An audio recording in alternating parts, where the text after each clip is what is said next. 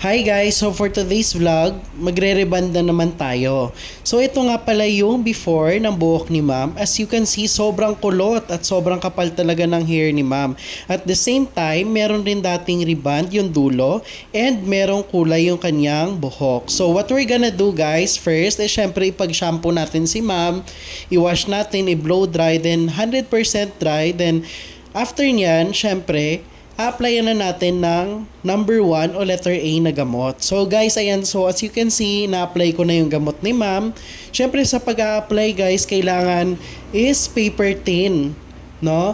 Para pantay ang distribution ng gamot sa buhok ni client and para maluto natin ng maayos yung hair strands ni ma'am. So guys, isang bagay pa pala pag nag-a-apply, kailangan wag mo siyang ididikit sa anit. So, ibig sabihin dapat, meron siyang layo na at least half inch away from the scalp. And isang bagay pa pala guys, di ba nabanggit ko sa inyo na dating yung rebanded yung dulo ni ma'am and may dati na rin color. So, ang gagawin natin sa pag-a-apply, half inch away from the scalp hanggang doon lang sa part na kung saan kulot ang buhok. Huwag mo nyo na muna siyang ibababa sa pinaka-straight na part ng hair. Kasi pag ginawa natin yon, masusunog ang buhok ni client. Mangangarag.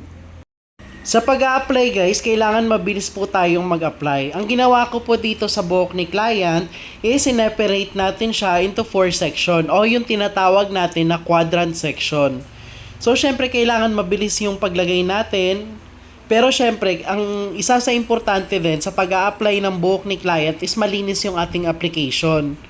Dahil kung hindi malinis ang ating application, pwedeng malagyan yung ibang part na dati nang na-reband at dati nang may kulay at possible na yung part na yon is masunog. So ayaw nating mangyari yon, di ba? Then kung tapos na kayong mag-apply ng gamot guys, na ibabad na natin siya nang naaayon sa hair strand or capacity ng strand ng client. Nasa sa inyo po yan kung paano nyo siya i-analyze. Dahil po meron pong tatlong klase ng hair strand which is yung normal, thin, or coarse hair. So sa madaling salita, yung sobrang kapal ng strand, yung normal na hibla ng strand, o yung manipis na hibla ng strand. So kung mas manipis ang buhok ni client, ibig sabihin, mas sandali nyo siyang ibababad.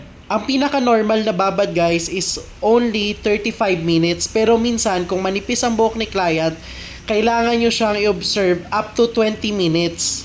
Kung halimbawa namang makapal ang buhok ni client, pwede rin tayong mag-timer ng at least 45 minutes. Then kung hindi pa luto, magdadagdag na lang tayo ng another minutes para sa ating pagbababad. So guys, syempre after nating magbabad, ang gagawin natin, papabanlawan na natin yan. Wala nang ibang gagawin. Banlaw na lang, then wala nang shampoo, walang conditioner, then paplansyahin na natin yan. Yung pagpaplansya guys, depende yon sa buhok. So nakadepende yan sa buhok ang temperature ng ating plancha. So guys, ayan na pala yung result niya. Hindi ko na nalagyan ng ibang steps kasi minadali ko na lang, tsaka hindi ko na rin na-record yung iba kasi yung customer nagmamadali na nga. So, see you next time guys!